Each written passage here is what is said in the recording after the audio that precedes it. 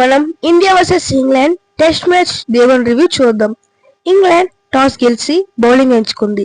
India నుంచి జైస్వాల్ మరియు KL Rahul openers గా బరిలోకి దిగారు. జైస్వాల్ 158 బాల్స్ లో 101 కొట్టాడు. సెంచరీలంతా చెట్టు నుంచి మామిడి పళ్ళు తెంపడం అంత ఈజీగా చేస్తున్నాడు. సెంచరీల మీద సెంచరీలు చేసుకుంటూ పోతున్నాడు. నెక్స్ట్ కేఎల్ రాహుల్ మళ్ళీ క్లాస్ ని ప్రూవ్ చేశాడు.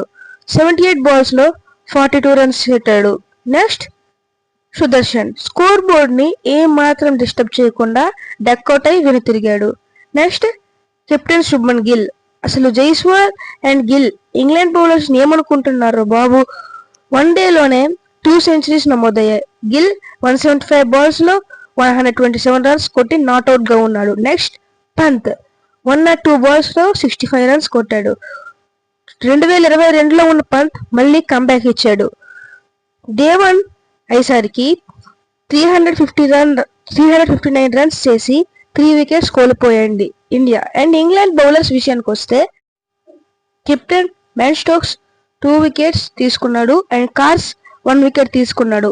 ఇంగ్లాండ్ నుంచి poor captaincy and poor bowling and poor field setting. Day 2లో నేను ఇంగ్లాండ్ కంబ్యాక్ ఇస్తుందా లేదంటే ఇండియా మళ్ళీ లీడ్ ని సంపాదిస్తుందా?